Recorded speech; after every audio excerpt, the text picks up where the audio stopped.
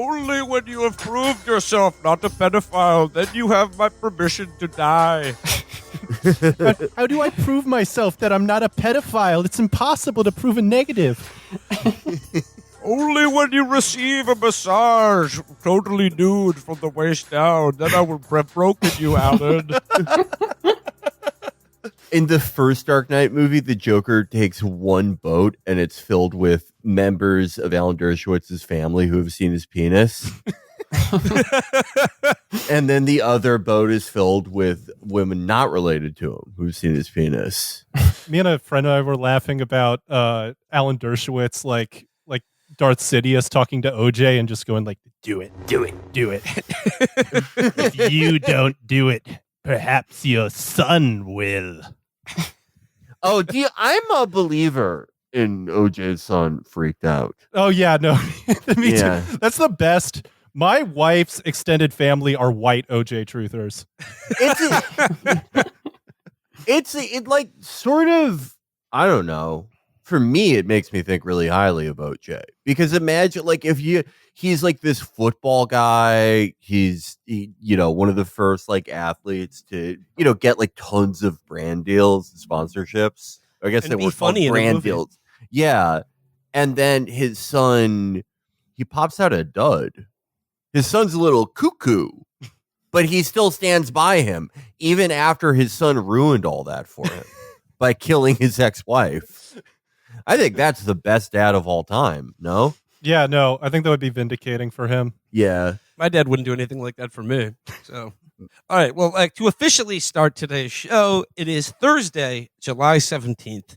And this is your Chapo. On today's episode, Felix and I are joined by Spencer and Liv from QAnon Anonymous to discuss the very first of a new podcast series that that QAnon Anonymous is doing, the Cursed Media series that you guys have just launched with a new series called Science in Transition, which sort of examines the history of, I'm not transgender people, but like transsexual identity as a medical category.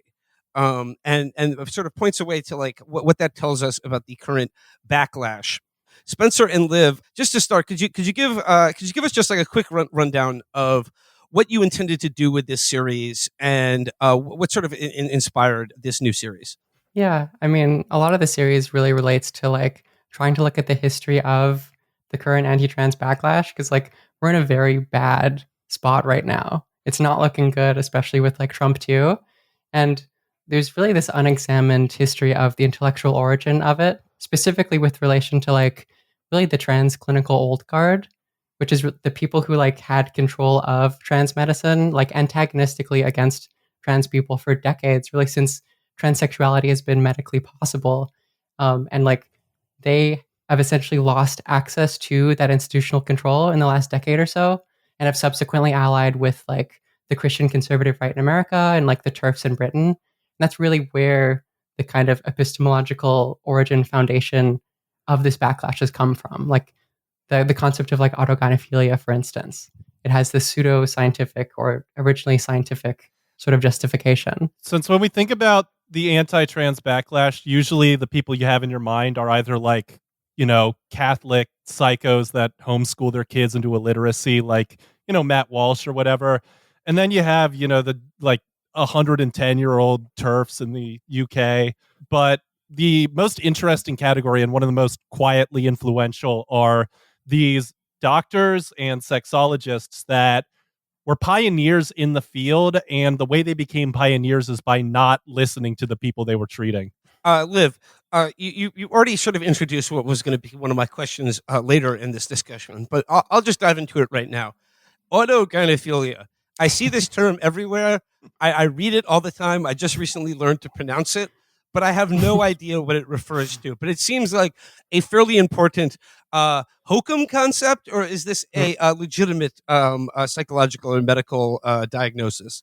Well, no, yeah. Well, it came from Ray Blanchard, this sexologist, very important member of the sort of anti-trans backlash, the clinical old guard, who is really trying to develop an account of trans people. Like originally, the kind of ideal form of transsexual that was allowed to medically transition was only sexually attracted to men. it was this class of trans women who were formerly gay men and then transitioned. And the idea was that the reason why they transitioned was to be even hotter to straight men. Yes, yeah, because they have internalized homophobia. And they're like, as a gay man, I'm not having enough sex. The way I really have sex is access to the straight male dating pool. So sort of like what Bugs Bunny did. Oh, you beast! You cad! It's getting so a girl can't travel alone without you riverboat mashes. Wow! I'm sorry, man. Oh, yes, I'm they were all awful here. sorry. Yeah, exactly. Exactly. Those are the good Ages, ones. yes, yeah. Those are the good ones. Those are the good ones. That's actually why Iran makes gay men transition. Because of Bugs Bunny. Ayatollah Khomeini said, so they'll be hotter to men. Okay, That was his about it. fatwa. Yeah. So if the Bugs Bunny variety of trans people are the good variety, then what is the sort of bad variety? Is this what autogynephilia refers to? Is this people who are doing it for some nefarious reason, or how does this break down here? And why is the term autogynephilia used as sort of like a cudgel? Well, because Blanchard was seeing like kind of two vaguely different types of trans women. It's one, which is the formerly gay men, and the other, which was trans women who were attracted to women. And so they went from like either straight or bisexual men to transgender women. So they like took much longer to transition because the social loss was like much more severe. And this man, who is a genius and understander of female sexuality, came to the conclusion that, they must be transitioning because of some like perverted sexual fetish where they're attracted to themselves as women. That's really what the term autogynephilia means. The AGP origin story that J. Michael Bailey writes about in his book that like kind of popularized the concept is that like every single one of these people, when they were 12, they tried on their mom's panties and jacked off. And it's like every single one of them did this. And if they say they don't, it's because they're lying. And Blanchard developed a test actually to like empirically determine whether or not you're the Bugs Bunny variety or the Norman Bates variety. And Okay, and that's a much easier way of understanding this than all this fancy medical jargon. yes. See, now I get it. Yeah, and Liv, do you want to ask Will and Felix some of the questions on this survey? Yes. Because our friend Krista Peterson found this, like the actual original test that in the 80s he would ask these patients, and some of the questions are fucking insane. Yeah, it's the modified androphilia gynephilia index. So my favorite one is on the androphilia side. Which means you're attracted to yourself as a guy. Or no, you're attracted to men. So You're it's attracted like to men, yeah. if you get positive points here, you're more positive towards the good side, the right type of transsexual. Yeah. And it's what kind of sexual contact with a male would you have preferred on the whole, even though you may not have done it. And the two most interesting ones are the first two, which is your partner putting his privates between your upper legs or thighs, and then Okay. your partner putting his privates into your rear end. So which one is these are gay? weighted So differently. which do you prefer? Some light frottage or full sodomy? Yeah. Yeah, so Yeah. which one of those do you Well, think is gayer? I suppose my answer to this question is were I inclined to that, I would go for the full meal. Not just someone rubbing his dick in between my thighs, because who's enjoying that? Interestingly, So if I answer thighs, that makes it so I have real ID, right? Right, like You that. get your passport back. Okay. All right. So I am gonna go thighs then. Yeah, I have there's a gross staph infection scar right above my asshole. And I think, whether I was a gay man, a straight man who was experimenting, a woman, an autogynephiliac, I wouldn't want anyone to see that. So let's go thighs. Let's get me that real ID. Well, Felix, you are the good one. That is the gayer answer, which Yes. means you are the Bugs Bunny Wait variety. a second. in fact, Hold on. Hold the you're an fort. AGP, Will. Sorry. Your best friend is your mother. Yeah. In fact, it's straight. According to this, it's slightly straight to want a guy to fuck you in the ass. It's negative 0.1. I've always said that. This is a real scientist, by the way. This is a real scientific test that you had to get in the 80s if you were trans in Canada. Was he in 7th grade? Was he a 7th grader who was a scientist? Like what? How does this get through like real people with jobs. Like, this is so stupid. Because there were so few people working in this field, and they were all just like complete crazy people. It's just a very small boys club of people who are like, I want to study the most freakish type of guy. Early on in this field, or maybe not super early, but in like the middle period in like the 60s, 70s, and 80s, a lot of the people studying this were sexologists who also studied like pedophilia and like scat eating and stuff. And they just kind of saw like transsexuality as just like another weird freak thing, basically. Mm-hmm. And but it's also just like 4 guys, and they're all doing a mix of like weird Pavlovian like behaviorist shit and then like brain MRI studies, which is one of the fakest fucking things. Oh my god. Yeah, those are like the grand total of like that stuff is those accounts called like, damn, it's interesting. that post like, you know, like a picture of like a brain scan, and they go, this is what the brain looks like when you listen to music, and this is what the brain looks like when they hear the words "I love you." Yeah, it's like it's an the N same. of 17, and it's like, here are like 15 pedophiles we rounded up from a jail. It turns out their brains look similar. Yeah. It's so fucking dumb. Can modern medicine show me the part of my brain that lights up when I see Bugs Bunny as a woman? There's a couple of people at the Clark Institute in Canada who might be able to help you out, Will. Mm-hmm. Well, I mean, just to defend my answer here, I was just assuming that were I gay, I would prefer to have actual gay sex rather than the half measure.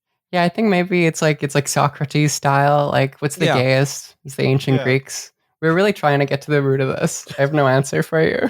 One of my favorite things that Dan Quinn would say when he was like threatening people was, if I was gay, you would be in love with me because of how good I fuck you.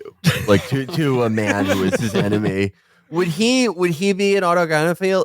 Is that what, like, are there more questions on the autogynephilia test, and would that be one of them? Well, there's one about, a good one that could help break that is, there's one about going dancing. Yeah. So Liv, why don't you ask the dancing one, and we might be able to figure out what's up with Dan Quinn. Yeah. Since the age of 17, when you went dancing, was this to mainly meet girls at the dance, mainly meet male friends at the dance, mainly because you like dancing yourself, or you never went dancing since the age of 17? Okay, so for my answer, we're gonna go. Well, I guess this test is also for people who like went to high school in 1952, there was always the sock hop. Yeah, they were the like you were when you share a malt with your best girl. Do you use 2 straws or share the same one? Right. Yeah. Yeah. The only dance moves that white people could do was spinning around in circles really fast. Yeah. But for Dan Quinn, the answer would be because he enjoyed dancing himself. Because there's a lot of videos where it's a 15-minute long video called like, "Dear Dana White, help validate stevia or you will be turned into a slave."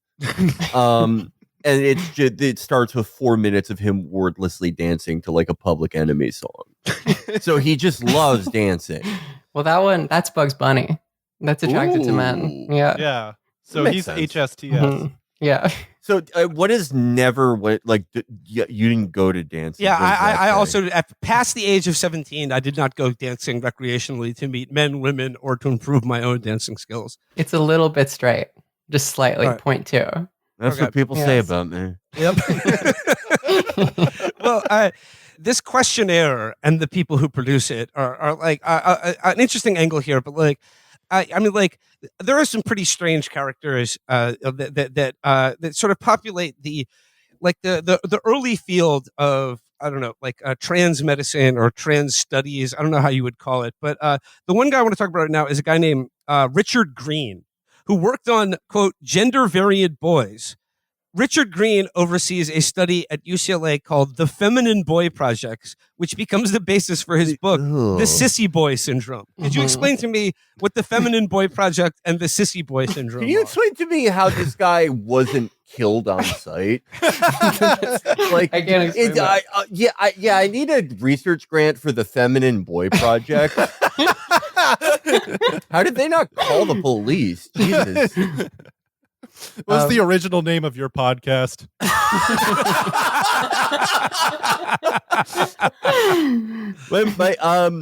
When my brother was he told me the story from when he was in high school that there was this kid in his German class who like everyone, including the teacher, bullied. And they had to like write personal essays, and the kid that everyone bullied wrote a story about like losing some tennis match. And the German teacher suggested calling his story "My Feminine Mistake." Wow. So I always laughed at it. It's so fucking mean, but like he would be one of the feminine boys.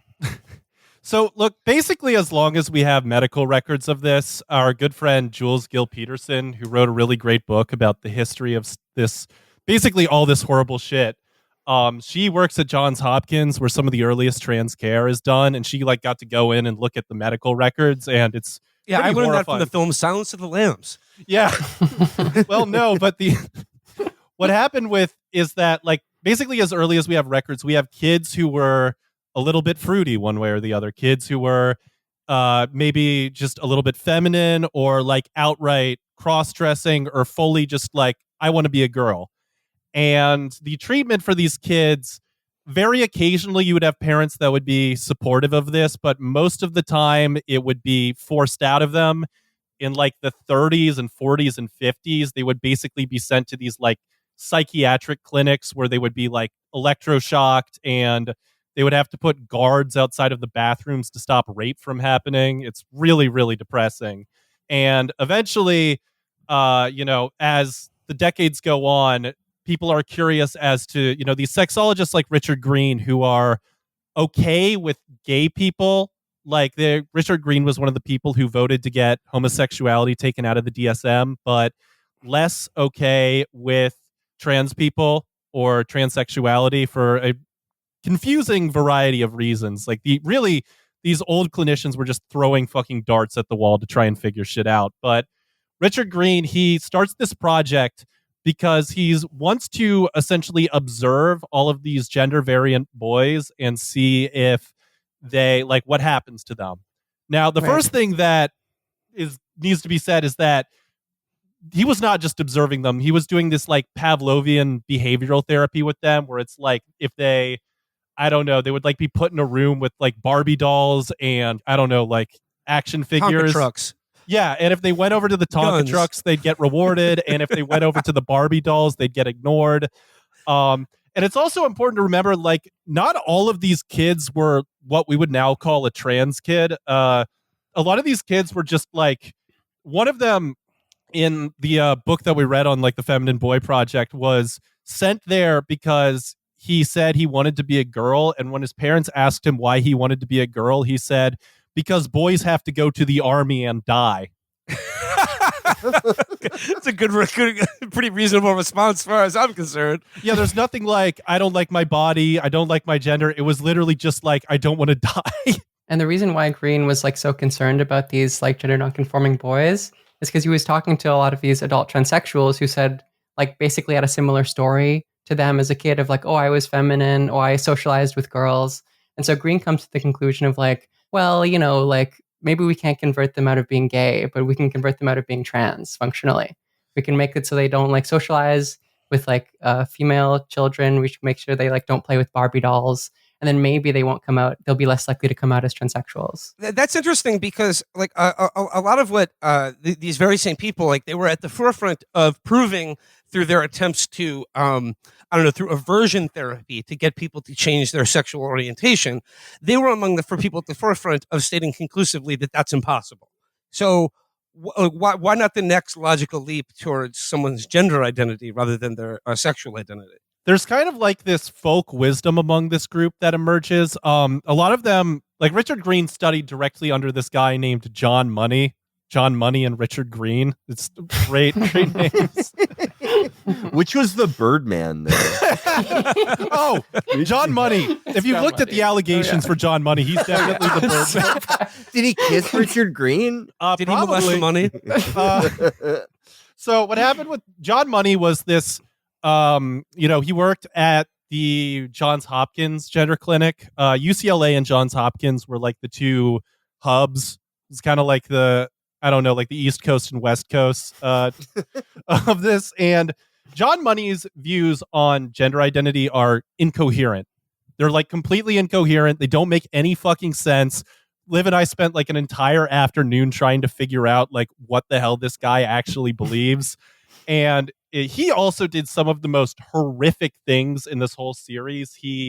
I don't know, he got like, there was this kid named David Reimer, who was like a victim of a botched circumcision. And what John Money's suggestion is give this 22-year-old SRS and then raise him as a girl. And they did that. 22-month-year-old. Yeah, 22-month-old. Sorry. Give this 22-month-old child SRS and raise him as a girl. And they did. And David Reimer obviously found out what was going on and changed back to being a boy as soon as he found out. And then when both him and his twin brother, who have alleged that John Money sexually abused both of them, I don't know if that's true, but the allegations are out there. Both of them committed suicide in their late 30s. So he is a complete fucking monster. But he seemed to think that like there was a window in early childhood, either like until you were 3 or until you were 10 or so, that you can change gender identity, that it's plastic and malleable.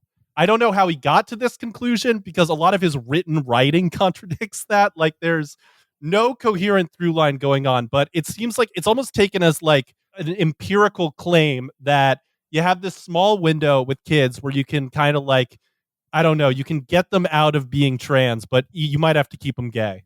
So I mentioned at the beginning that transsexual is a medical category. It's not considered appropriate to refer to trans people as transsexuals. But like, when does trans as a medical category first appear, and like what are some of the earliest in the medical community? What are the earliest interactions like or discoveries of this, so to speak? It really comes out of like, it's really the 20s and the 30s where they start synthesizing like testosterone and estrogen, where it starts becoming even the 10s when like Magnus Hirschfeld was going around like German drag bars and hanging out there. Right. Like they initially would conduct these experiments on like chickens, for instance. And they're like, oh, if you inject them with testosterone, they change their sexual characteristics and start acting like males. It's really a couple decades later that like some people start reading about this being possible and being like going to doctors and being like, hey, can you do this to me?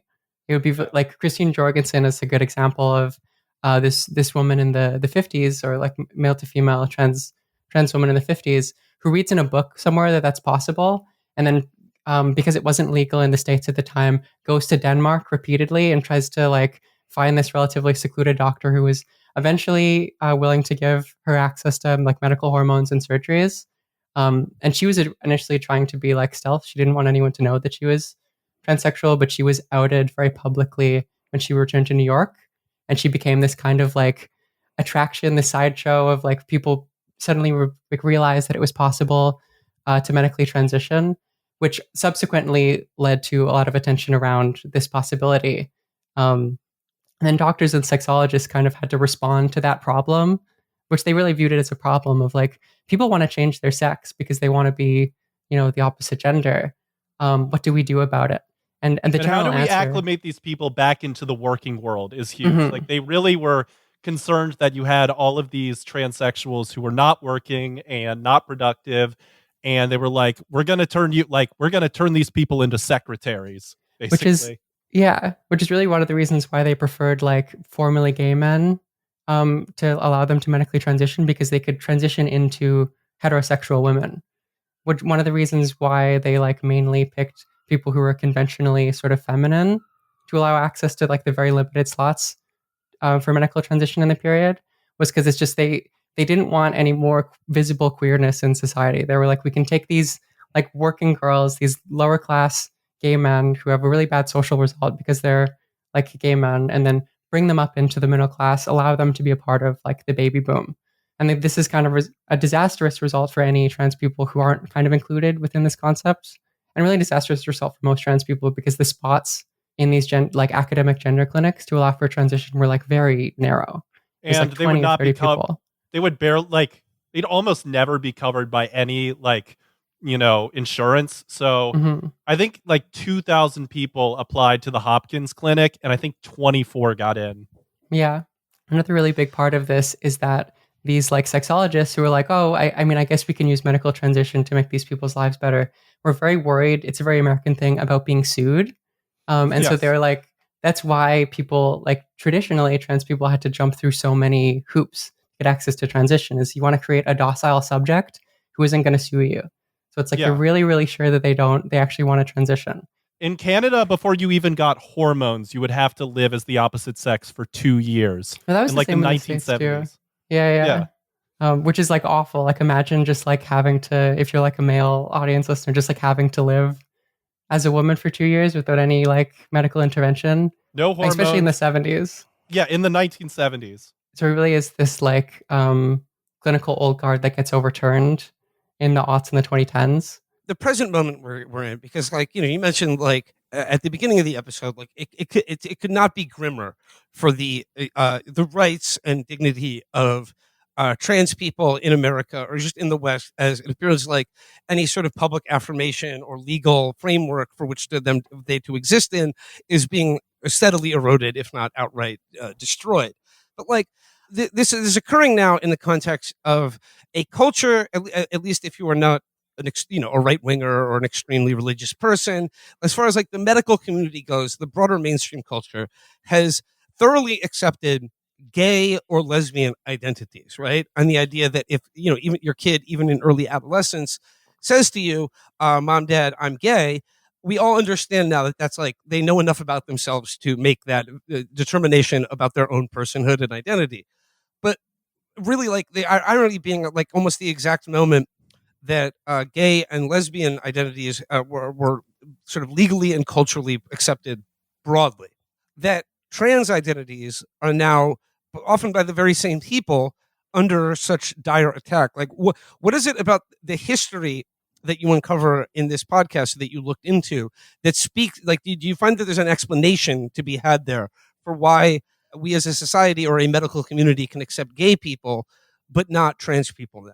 It's an interesting question. Like there definitely is precedent in this old guard of trans clinicians, right? Like people who accepted homosexuality, they said conversion therapy doesn't work for it, but it also does work for transsexuals. You can kind of shift them off the change in gender identity.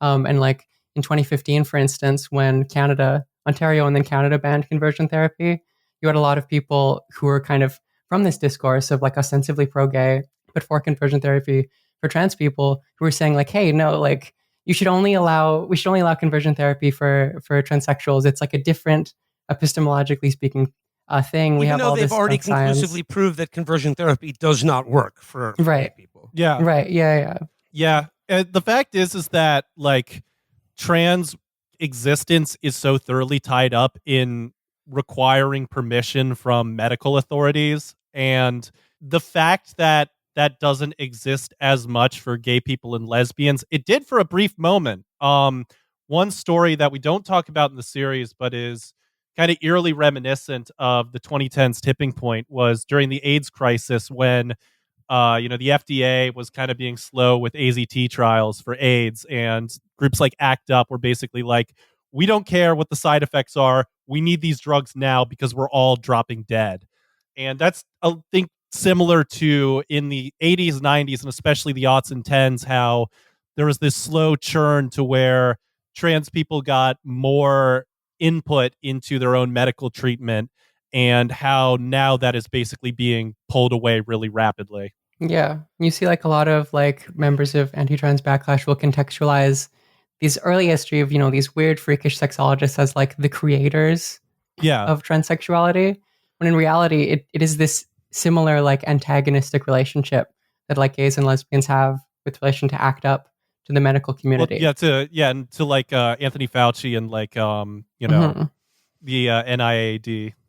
Speaking of the characters that populate this series, in researching and writing this series and doing it, which figure were you the most interested to learn about? And then like a corollary to that, which figure do you find the most detestable and evil, and which one do you find the most sympathetic?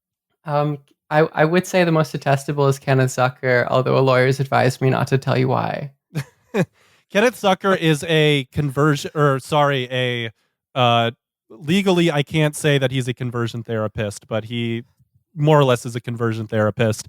He worked in Ontario. He worked at the Clark Institute, which was like the hub for a lot of these people. And he kind of pioneered this model of transition care called living in your own skin, which was basically just Pavlovian conditioning for trans kids under the age of like 14 or so. You know, there would be parents of gay kids or trans kids. They'd bring them to Zucker's clinic, and Zucker would be like, okay, you got to take away all the girl toys. You got to take away all this stuff. And like beyond that, he would be like, your friend can't have your kid can't have female friends. Your kid can't even like draw girls. They have to start drawing men or whatever. And yeah, I'm against having female friends too. I'm not going to end up in that zone. Zucker is trying to make sure kids don't get friend zoned. Yeah, absolutely. I'm not going to I'm not have my son just be the shoulder to cry on. He's going to be getting close to this motherfucker. Yeah, no. But Zucker got fired in 2015 because after the suicide of Leila Alcorn in the States, there was like a kind of like a big call to ban conversion therapy and really crack down on it. And CAMH did like an internal review and was like, yeah, this guy's doing conversion therapy. And Zucker had to like kind of flee into private practice. For me, the most detestable guy in all of this is Paul McHugh, who is this Catholic psychiatrist who Hopkins Clinic was kind of thriving a little bit in the 70s. And then McHugh comes in and he explicitly states that he's coming to the Hopkins Clinic to shut it down. Like he doesn't like he's Catholic. He's opposed to this on principle. He doesn't give a shit. And he has this like sham internal review commissioned about the efficacy of, you know, transsexual surgery in the 70s. And what they like kind of finagle out of it is like they're happy with it, but it's not doing anything to make them better, quote unquote. So the whole clinic gets shut down and doesn't reopen until like 2017. And he's also involved with like all this weird stuff where he would like testify on behalf of accused priests. Like he's a really sinister figure. Yeah, that is something I wanted to ask about. This is sort of overlaps with stuff from Searching for a Friend at the End of the World, but there is this weird overlap with a lot of these people who have had kind of a renaissance in the past 3 or 4 years, but there is a subset of these guys, kind of like this guy who, when they're not, spearheading projects called like the Feminine Boy Project, they're incredibly involved in stuff with, like false memory theory, or we're just outright NAMBLA members. Oh, but yeah. Can you go into the connection a little bit with the false memory stuff and some of these guys? Yeah, because I was going to say the most detestable person, or at least the most dangerous person that I came across in this, is a woman named Elizabeth Loftus, who, let's just say her work on the, quote, non-reliability of memory takes some very strange and dark turns in terms of her legal expertise that she auctions off. Be careful, Will, because Elizabeth Loftus is something of a secular saint for like weird skeptic communities. Like if you're still really into Richard Dawkins, or like you're gonna be a Jerry Coyne or Steven Pinker, you're gonna be a ride or die for Elizabeth Loftus. Are there people who are still into Steven Pinker? Yeah, I think so. I don't think Pinker has that many shooters. I think he's too weird. I know like Jerry Coyne has a few, Dawkins has a few. All those guys still have like fan bases, which is, again, I felt like we had moved past that whole thing. Well, I mean, I guess like from what I gather, it's that we should all be very skeptical of people testifying against us in high-profile criminal trials. Yeah, that's seems to be the yeah, we should all be very skeptical of the testimony of victims because they probably made it up or had some false memories implanted in them. So false memory syndrome stuff, like the background for this is in the 1980s, there's the Satanic Panic, which I don't think I really need to explain to you all.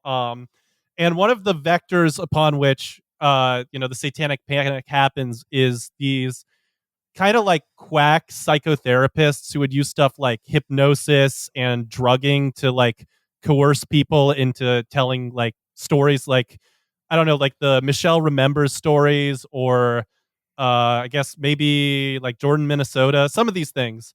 And I will say that a lot of these like 80s ones where people were like getting memories of being like abducted by aliens, or like being sent to like a doom level and having their organs pulled out. Those are a little I don't really believe those. But in the 80s there's also just this rising trend of understanding about how widespread a problem incest and child sexual abuse are. And as these cases, like, people start basically suing their parents, not on like memories they recovered in therapy, like memories they've just had. And a lot of people, like, what happens is that a lot of states, there's really strict statutes of limitations for things. So states start updating their statutes, and this like circuit of high profile witnesses emerges to like testify against these accusers. And it's made complicated because, again, in the 80s, you have stuff like McMartin, although I know there's some McMartin truthers out there, and I'm not trying to offend them. Just take it as an example. Jordan, Minnesota, Michelle Smith, like all these stories. But there also are ones where there was not like, blood rituals involved. It was just pretty standard abuse. And among these groups of expert witnesses like Elizabeth Loftus and accused parents, they kind of formed this group in the 1990s in response to this one family's, this dad getting accused of sexual abuse by the daughter, called the False Memory Syndrome Foundation. And it was a collection of surprisingly high profile people in like psychology. Like Loftus is still a really big name, but also Aaron Beck, who is the father of cognitive behavioral therapy, and a couple of people with suspicious, kind of spooky resumes, like Martin Orn. They all like kind of come together, and their goal is to basically like change laws, appear in these criminal cases, and also like change the media narrative about child sexual abuse, and kind of change it away from stories about, people suing their parents who molested them into stories of false memories and memory implantation and recovered memory and false accusations and all these things. And some of these people, I'm sure some of the people in the False Memory Syndrome Foundation are just like annoying skeptics who like were annoyed by the satanic panic stuff and kind of contrarian themselves into this. But there were a few that were just like outright NAMBLA types.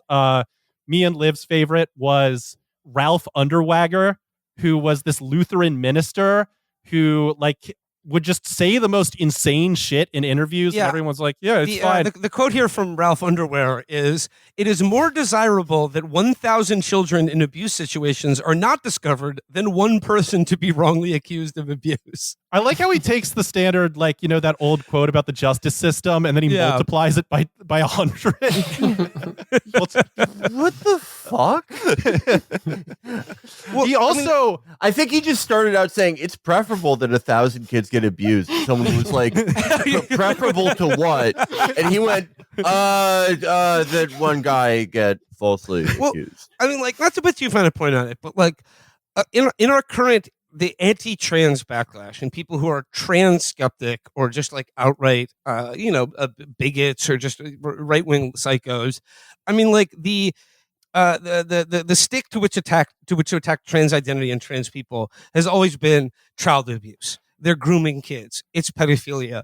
But like, what the fuck is going on between the connection between like the trans skeptical medical and scientific community and their, I don't know, advocacy for pedophilia? Talk about Pidica a little bit, Liv, since this is the only funny thing in the entire series. The rest of it's depressing.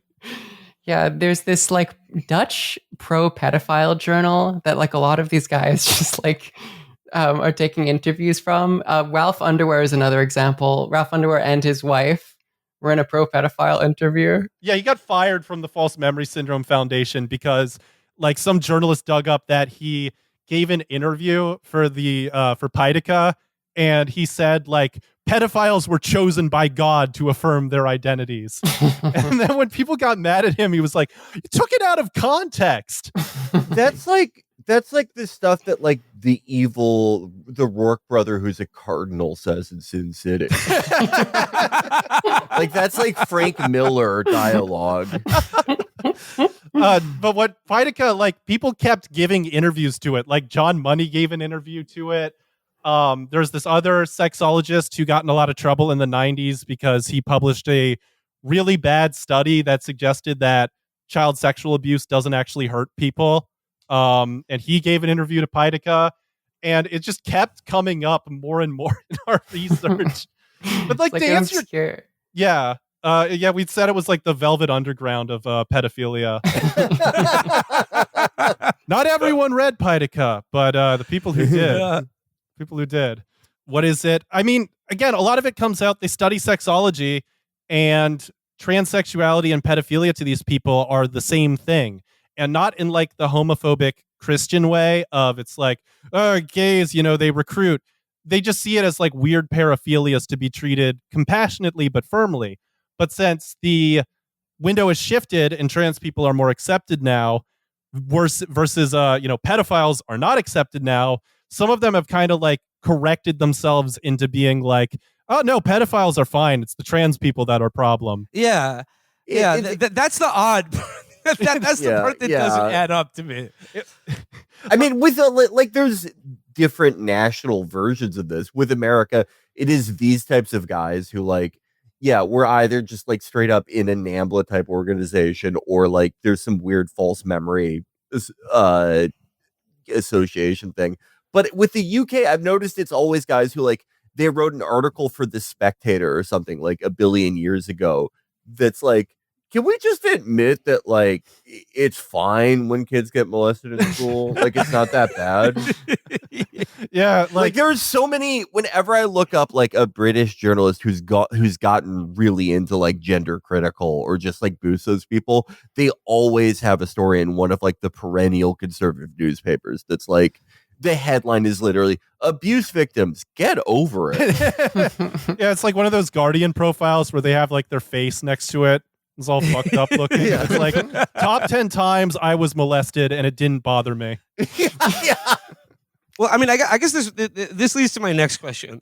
I'm going to be more specific here because in any interview I conduct on almost any topic, I can just bring up, what the hell is up with England? Like, what's going on in the UK? But I want to be specific here because there does seem to be a very large convergence between the UK and the United States of America over the issue of trans people, where it seems like the UK is, I don't mean by population, but I mean in the like main currents of feminism particularly, is outrightly completely hostile to the existence or public affirmation of trans people. Whereas that is, by my accounts, that is not the case in America as it pertains to, like I said, the broader currents of mainstream feminism in this country. What do you think accounts for that difference in the terms of like the role feminism has played in either accepting or outright rejecting and attacking trans identity? This has happened like in Britain as well as some other like smaller Western European countries. One of the through lines is that like feminists, specifically like I guess like middle class sort of white feminists, have gained some sort of power or influence with the state, and like with any sort of like revolutionary or like someone who is antithetical to the state who gains access to it, they start pretending or thinking that the state is their friend. And so like in Britain, for instance, these sort of middle class state white feminists start thinking that they can lobby and influence the state to like help them. I think this is in Britain. This is mainly the case because of like the labor movement capitulated to a lot of and gave a lot of these feminists like kind of influence and access to lobby the government.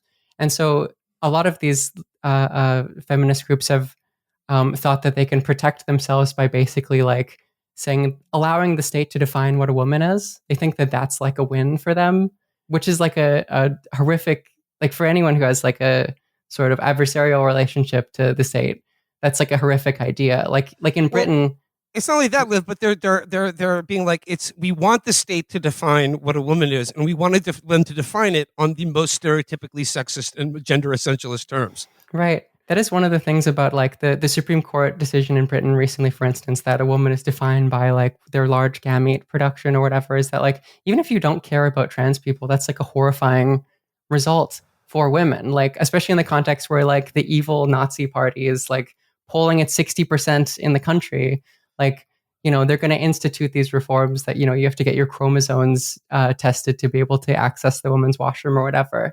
Like these are bad results for cisgender women as well.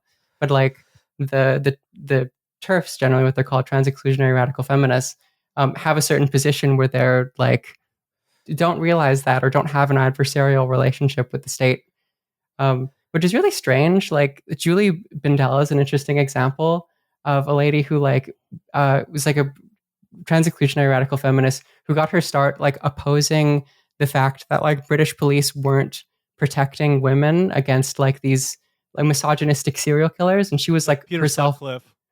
Was almost a victim of Sutcliffe, and like now her position is like, yeah, we should influence the state to like define a woman as a large gamete producer, like we should force whatever, like as we see in like in the results in like America where this has happened, where like in like children's sports they're like allowing these like very invasive tests to see whether Or, like, a girl who's adults are traveling across state lines to scream at like a high school track runner. Yeah. And who is more often than not a cisgendered girl who is just merely better or slightly butch in some way. Yeah. Bindel, like, she's like probably the one I feel the most like sympathetic with, I guess, because like her early writing is of that like classic second wave, really angry feminist mold. And it obviously comes from a really real place because she was almost a victim of a serial killer. But it's depressing to watch her go from that to, in 2015, she defended not banning Roosh V from the country of England. And I need to stress, Roosh V is not like, an alt-right provocateur. He's a sex tourist. Like, he's an actual rapist. Yeah, He's like, a threat his books to are like women How that to was around. Rape in Czechoslovakia. Like, Yeah. the rapist guide to backpacking through Europe. Yeah, no. But it's similar. It's a similar thing to like the New Left in America in the 1970s, where they went from like, these revolutionaries to writing books going like, discovering my inner child at 37. Just one pet peeve about the British thing, because like a lot of this whole thing certainly didn't start in the UK, but I would say like that the backlash, the sort of like media and elite backlash to this started in the UK more than the clinical thing that we're discussing here. But the fact that it started in the UK has caused people to call like just anyone who's transphobic a TERF. And whenever someone calls like Ben Shapiro a TERF, it's like, well, he's not like, he's not a feminist. He's not like Ben Shapiro didn't start out as like a second wave feminist. Yeah, Ben Loved his Shapiro's appearance not. at Midgefest. Yeah, he didn't write a book where he's like, all penetrative sex is rape. Ben Shapiro was the fourth member of Le Tigre. Like sort of a difference between the US and the UK and the US that I want to get at here, because it seems like a lot of the UK feminist anti-trans backlash really does remind me a lot of like the tenor of the right-wing debate against gay marriage in this country, when that was a very controversial issue. Because when it was like when gay marriage was being broached as like a topic, like the people arguing against it seem to like have a position that if two men or two women can get married, then that in some way devalues or destabilizes the heterosexual marriage or relationship that I'm currently in. And that argument completely fell apart because I think for most normal people, they were just sort of like, it's not your relationship. Like, don't worry about it. You don't have to get gay married. But like, what I see among the trans exclusionary radical feminists is this idea that if we accept trans women or trans identity as women or allow them into women's spaces, that not just imperils the safety of women, but it undermines the very idea of womanhood and devalues it in some way. Whereas in America, like I think the more commonly held attitude is like, well, gee, all the forces arrayed like sort of attacking the personhood, dignity, and legal rights of women. Gee, it seems like they're also all totally opposed to trans people as well. So it's sort of like pretty easy to decide who's a woman and who's not in that kind of category, where it's like the more the merrier. All our enemies happen to be the same people. Yeah, I do think one of the through lines in like anti-trans stuff, and you can see this in the term gender ideology, which is originally a term that like I believe the Catholic Church came up with. It's like an anti-feminist idea. Yeah, it wasn't about trans people at all. It was worried about like third wave feminism. Right. And that expanded to apply to trans people, but that like the TERFs in Britain, like the literal TERFs, took it from the Christian conservative right. Like one of the through lines is I think they see trans stuff as a product of like the neoliberal order. It's this like you can choose, you can do whatever you want. This social formation, all that solid melts into air. It's just that like what that means for a trans inclusionary radical feminist in Britain is radically different than what it means for like a Christian conservative evangelical in America. But yeah, like it's this idea that like the idea of what it means to be a woman is being diluted by these sort of imposters who are now sort of taking it over from us, and it's very hard for me to see where that. I don't know. It seems like you're slitting your own throat here, but yeah, I found a couple of very recent articles that are like, I am a gender critical and I am disgusted by what the U.S. is doing to women's reproductive health care. It's like, really? You are? Okay.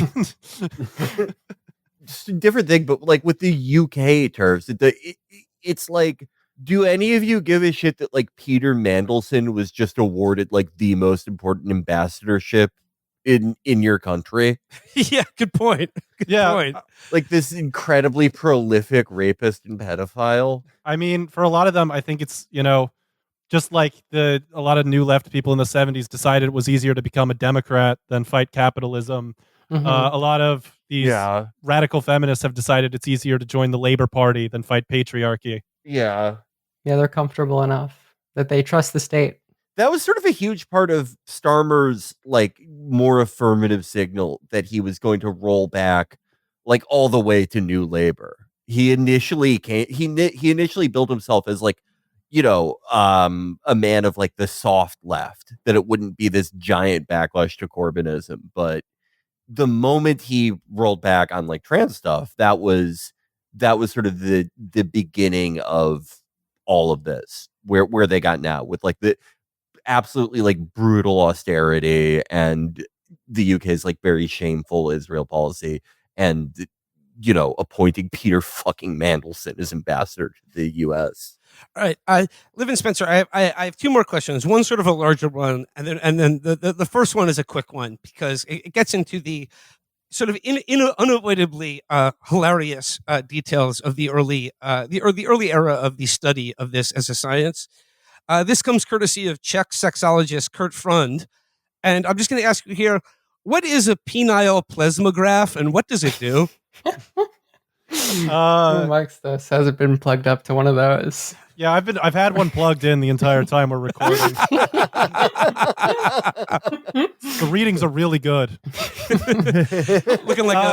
looking like a 5 on the Richter scale. Yeah, no.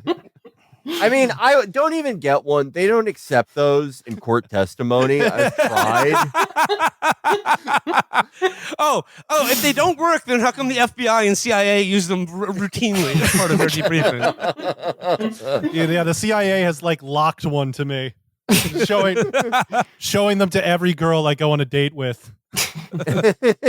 So the Kurt Freund, he was really worried about, the Czechoslovak government at the time was really worried about people dodging the draft by pretending to be gay. Is this correct, Liv? Sorry, you handled this section.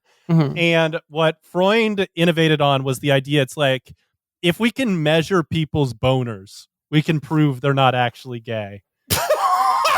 And now, the penile plethysmograph, that's what it does. It measures arousal. And I just want to say, you could put like Bugs Bunny in lingerie in front of me. That shit's not moving at all if I've got like this just like giant electrical thing strapped to my dick.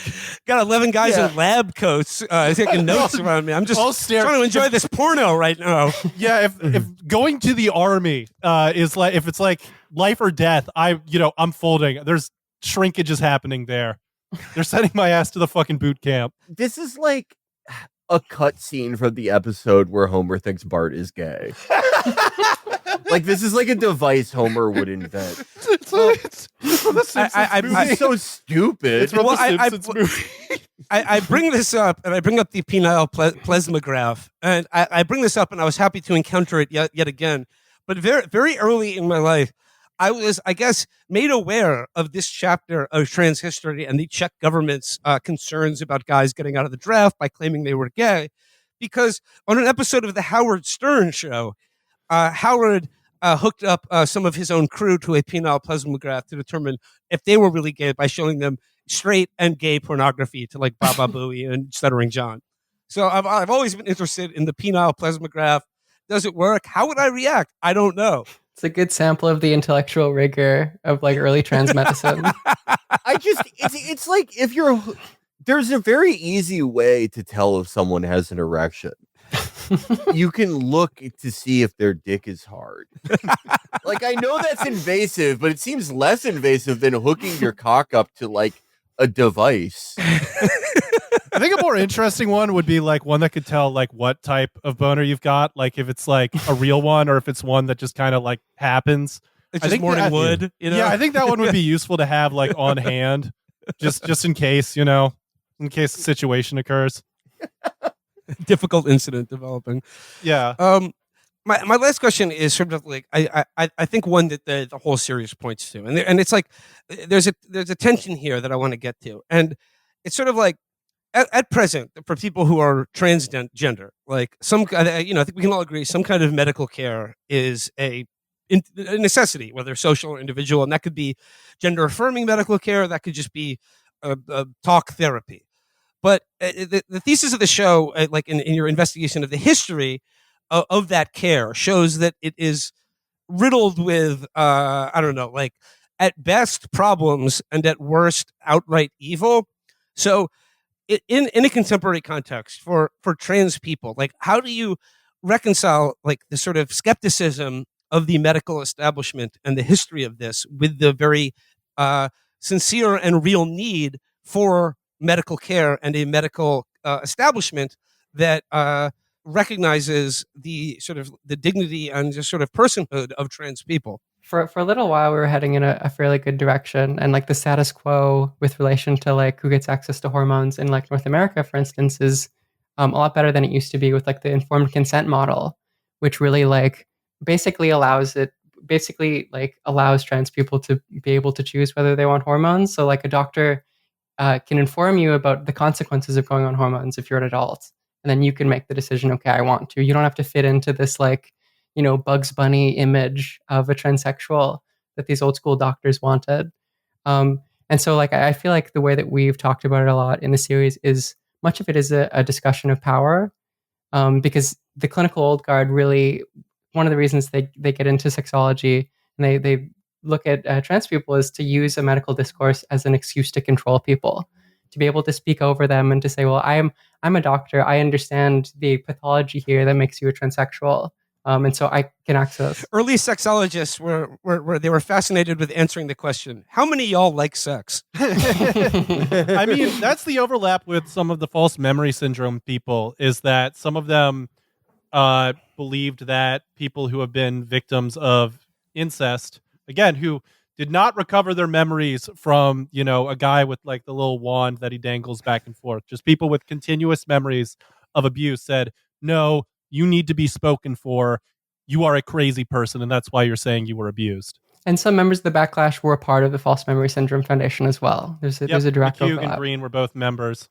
Spencer, that is an interesting point, because I don't know really anything on the clinical side of things, but as a Loveline listener in the late 90s, I mean, it really does seem until about like 2010, the cultural and clinical consensus was if you experienced any type of sexual abuse as a kid, especially if you were a woman, you're insane for the rest of your life. Like nothing you say can be taken at face value. Oh, absolutely. And look, like, because I know some people, some loftus heads might find this and get mad. Some of the work she did in making it so eyewitness testimony in criminal cases is considered less reliable, I would argue is a good thing, because Yeah. there are a lot of people who've gotten thrown in jail for their entire lives because some like old lady was like, yes, he's the one, I saw him. And it was just like, it's often very racially motivated. But on the flip side, like, it has had this horrible knock-on effect of massively undercutting the ability for people who've survived sexual abuse to be taken seriously, especially sexual abuse from a family member and sexual abuse in childhood. And it's like, basically now, like 5 years ago is when we finally started to say, like, no, we should probably take people seriously when they say this stuff rather than like implicitly treat them like they're crazy people. To answer your other question, Will, I mean, it's something to really grapple with. I will say Liv did a better job answering it than I could. We also do talk a little bit about in the series how people, like, even before this field was really flourishing, were looking for this medicine, and how when the medicine wasn't available, people took it into their own hands. Like, there's these difficult to find but extant histories of people who would, if you were Black or Hispanic, you probably couldn't get into any gender clinic. So you would DIY. You would find a doctor who would like sell you street hormones, and then you and your friends and people you looked after could take them. So you kind of have to like kind of wrestle with the fact that this field is, there is a lot of people who aren't great in the field, especially in the early history, with the fact that this is a healthcare issue.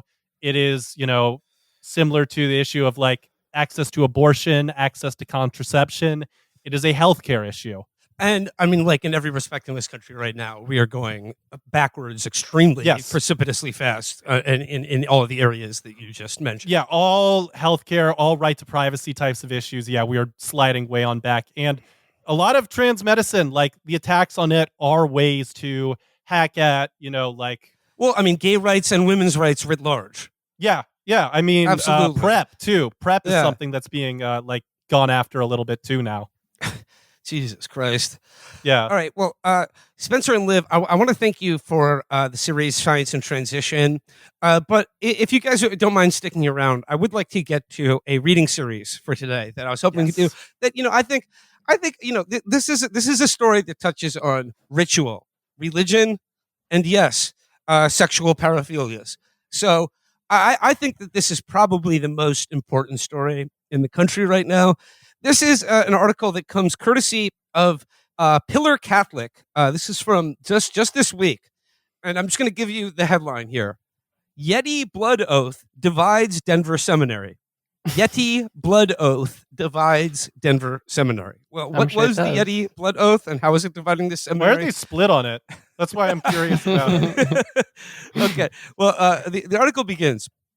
Clergy in the Archdiocese of Denver are divided over the handling of a controversial blood oath ceremony involving a vice rector and seminarians during a ski trip last year. A group of seminarians studying at Denver's St. John Vianney Theological Seminary were taken on the trip in January of 2024 by then vice rector of the seminary, Friar John Nepple, during which they were woken in the middle of the night and invited to individually swear a blood oath in a ceremony involving a dagger and a man in a Yeti costume. During the bizarre ceremony, video of which was sent to the Pillar by multiple sources in the Archdiocese, seminarians were told to scream as if in pain before returning with a bloodied cloth wrapped around their hand and their mouth taped shut to a room where others waited for their turn to be brought in. Is this like the Catholic version of like a school shooting lockdown prep? Like a school shooting drill?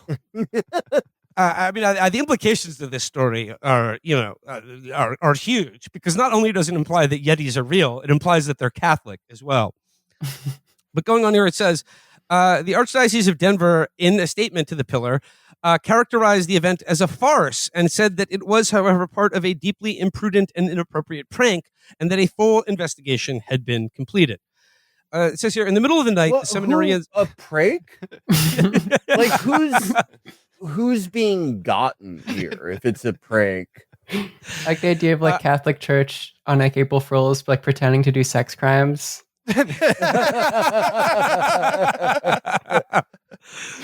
Gotcha.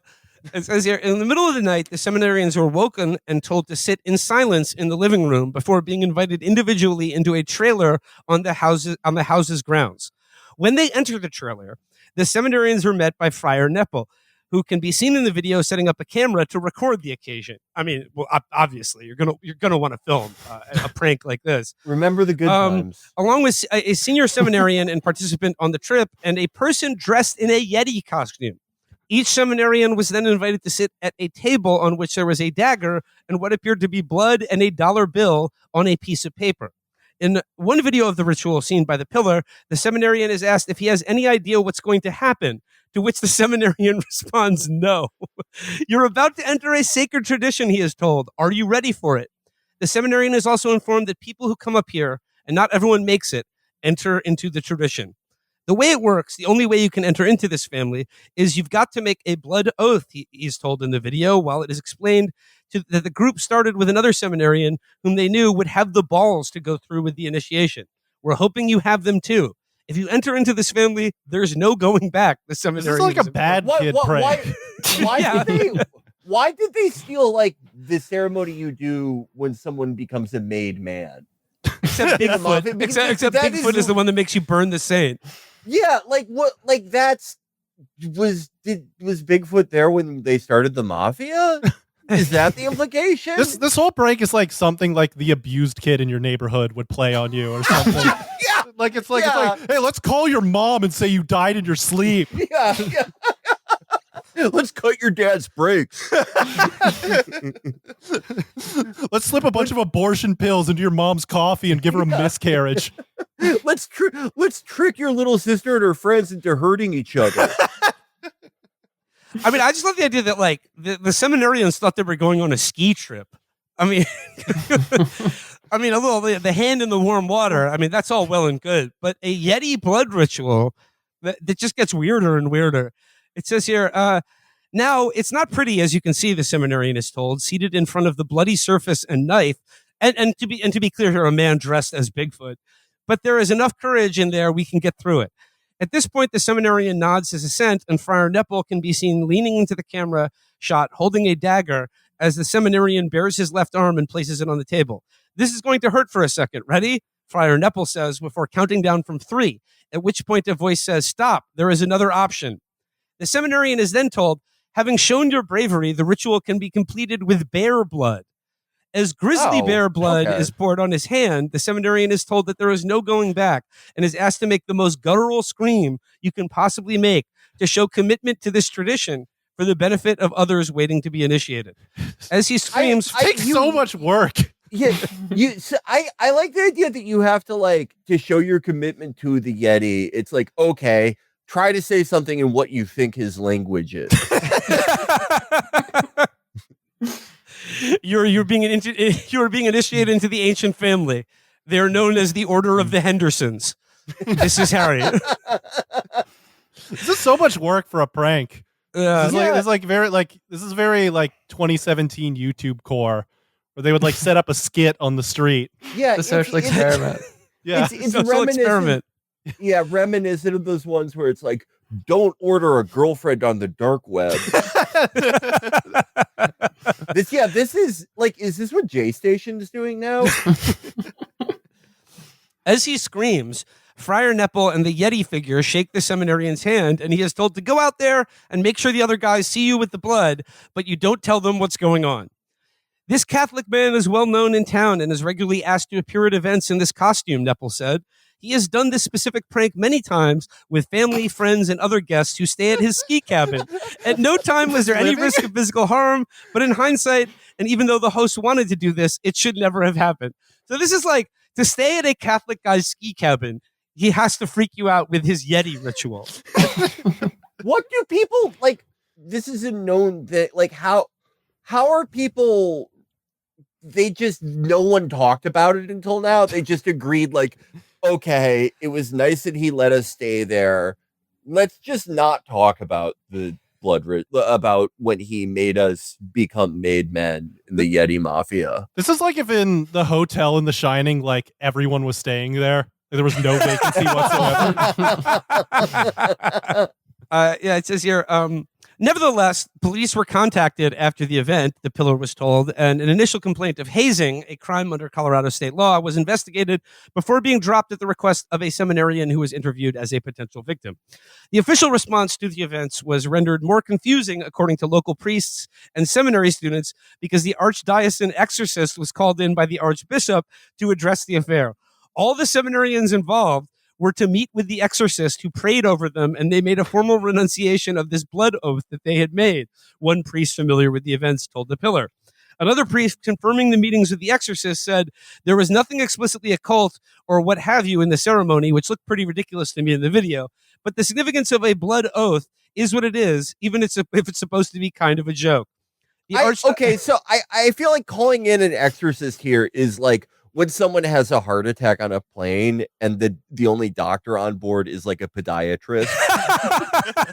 Like an exorcist an exorcist deals with like Dybbuk type stuff. Like they rip that off from us. Yeah. But exorcists are not cryptozoologists. Right. They have nothing to say about the Yeti. They deal with more like ghostly, ghastly things. Yes.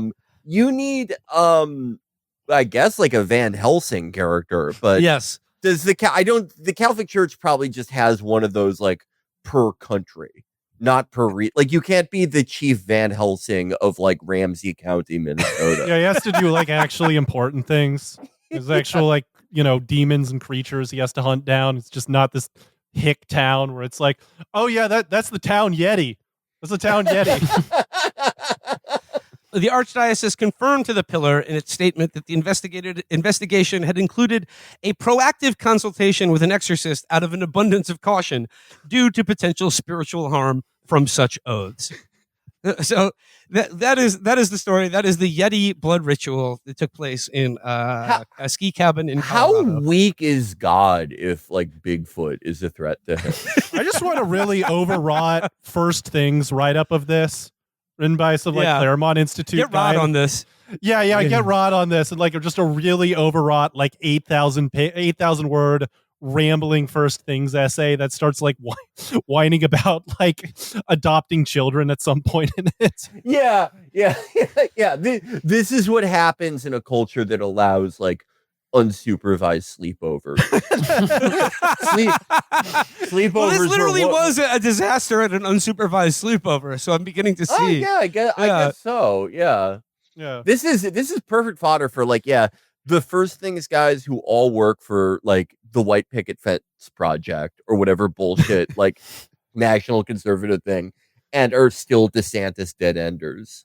Like the guys who are still on Twitter now, like, oh, but DeSantis wasn't cool enough. And they're getting 70 replies that are like, you're Jewish. You play the penis game, you get loud enough, the Yeti shows up. Well, obviously, I just think like the Catholic connection to Bigfoot is very dear to me here. So I think like the obvious question that this begs here is Protestants, what are your sort of cryptids? You know what I'm saying? Like Lutherans have got to get on this. Maybe the Hodag, the Jersey Devil, Nessie. There are all kinds of rituals and pranks that you can do with a plethora of other American cryptids that I think other Christian denominations should start investigating and start freaking out their followers with. How about the Tailipo? Should bring the Tailipo. Oh yeah, scary stories to tell in the dark. Oh yeah, no, I think we should have him. Those are too scary. I think that does it for today's episode. I want to thank Spencer and Liv and recommend everyone check out the new Cursed Media series on QAnon Anonymous and the first entry, Science and Transition. Spencer and Liv, thank you so much for your time and the work you did on the series. And thank you guys. Thank you for having us. Thanks for having us. And of course, before we leave, I would like to command all of you listening to this, if you're hearing my voice right now, you were legally obligated to pre-order our comics anthology Year Zero at badegg.co. This was a nice bar mitzvah gift, Felix, having us on. Oh, well, wait till you get to the Yeti part of your bar mitzvah. It's the most important part of becoming a man.